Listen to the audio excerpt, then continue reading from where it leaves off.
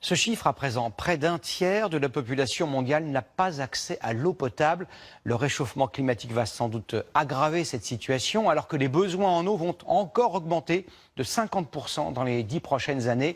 La solution se trouve peut-être dans la mer. Benoît Cristal et Fabrice Hamzel ont visité en Israël une très impressionnante usine de dessalement.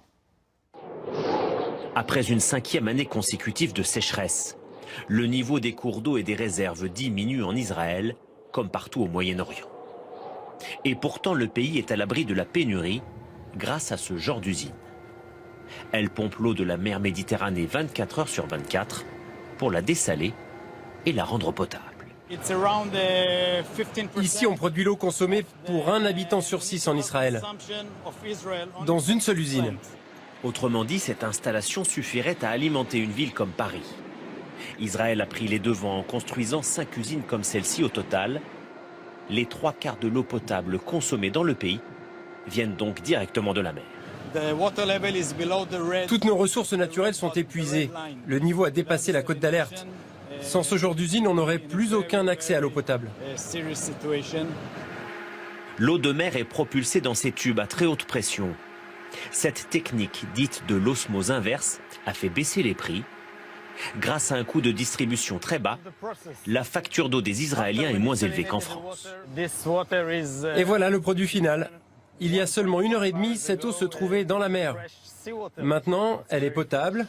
Vous voyez, elle est fraîche, saine. Vous ne trouverez pas d'eau plus pure dans tout le pays. Même avec de telles installations, la sécheresse a été tellement intense ces derniers mois au Moyen-Orient qu'Israël a dû déclarer un nouvel état d'urgence. 2 usines supplémentaires comme celle-ci vont être construites et les habitants, eux, sont appelés à faire de nouveaux efforts pour économiser l'eau en Israël. Reste le problème de l'eau consommée par l'agriculture et l'industrie. Voici la solution. Des centaines de bassins de retraitement partout dans le pays. 86% des eaux usées sont recyclées en Israël. C'est un record mondial, loin devant l'Europe, qui dépollue seulement 2% des eaux issues des égouts. L'eau que vous voyez ici appartient à l'État. On la distribue aux agriculteurs selon leurs besoins. Il y a des quotas car on ne peut pas faire n'importe quoi avec une ressource aussi rare. L'eau de mer dessalée finit donc son parcours dans des exploitations agricoles comme celle-ci, en plein désert. Là encore, l'eau est économisée grâce à la technique de la micro-irrigation.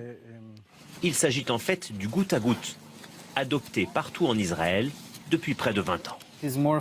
C'est beaucoup plus efficace car l'eau va directement vers les racines, sans perte autour de la plante.